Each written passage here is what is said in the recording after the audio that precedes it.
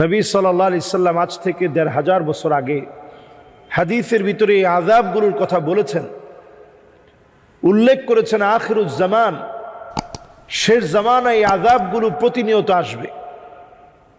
এর মধ্যে নবী করিম সাল্লাল্লাহু আলাইহি সাল্লাম বলেছেন, ফালইয়ারতাকিবু ইনদা যালিকা রিহান হামরা, বাতাসের ভিতরে আগুন আসবে। জালজালা মানে ভূমিকম্প আসবে, আগ্নেয়গিরি ফেটে পড়া, ভূমিকম্প হওয়া। এবং দেখেন এখন অনেক জায়গাতেই ভূমিকম্পের পাশাপাশি ভূমিধস হচ্ছে। এই যে ভূমিধসগুলো হচ্ছে, এগুলোকে হাদিসের পরিভাষায় বলা হয় খসফান, অথবা যদি এখানে আমরা বলি খসফুন, ভূমিধস হয়ে যাবে।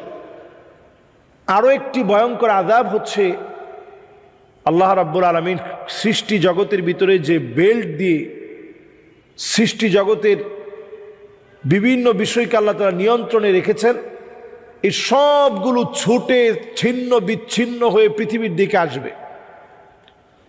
আমি ওমানে দেখেছিলাম বিরাট বিরাট গর্ত,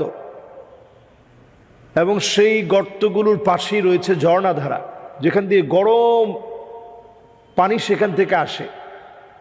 এবং আমি অনেকের সাথে কথা বলেছি যে এই গরম পানিতে গোসল করলে, এই গোসলের দ্বারা অনেকেরই শেফা লাভ হয়েছে। পিঠের ব্যথা, বিভিন্ন হাড়ের ব্যথা, জয়েন্টের ব্যথা, এগুলো সেরে যায়। তো প্রচণ্ড একটা শক্তি নিয়ে পৃথিবীর দিকে যখন একটা আঘাত হেনেছে, একটা উল্কি পিণ্ড সেখানে যখন পড়েছে, শক্তিশালী উল্কি পিণ্ড পৃথিবীতে পড়ার কারণে আল্লাহ তাআলা তারই পাশে একটা জায়গাতে আল্লাহ তাআলা একটা ঝর্ণাধারা দিয়েছেন, যেখানে গরম পানি এবং উত্তপ্ত গরম, মোটামুটি হাত দেওয়া যায় না এরকম একটা গরম পানি সেখান থেকে অল টাইম বের হয়। শীতে গরমে সবসময় এখান থেকে গরম পানি বের হয়।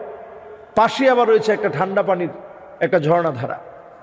তো আল্লাহ রাব্বুল আলামিন অনেক আযাব দিয়ে কখনো কখনো বান্দাদেরকে পরীক্ষা নিয়ে সেখান থেকেও হয়তো আল্লাহ তাআলা অনেক কিছু দান করেন।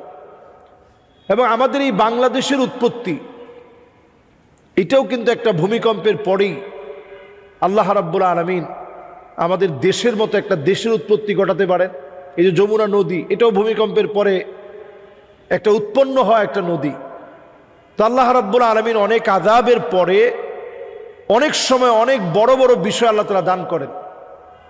তো বাংলাদেশে এখন যে ভূমিকম্পের আশঙ্কা চলছে, শুধু বাংলাদেশ না, সারা ওয়ার্ল্ডের জন্যই মহামারী পরবর্তী সময়ে নবীজি সাল্লাল্লাহু আলাইহি সাল্লামের ভবিষ্যৎবাণী অনুযায়ী হাত্তা ইয়াকসুরা জালাল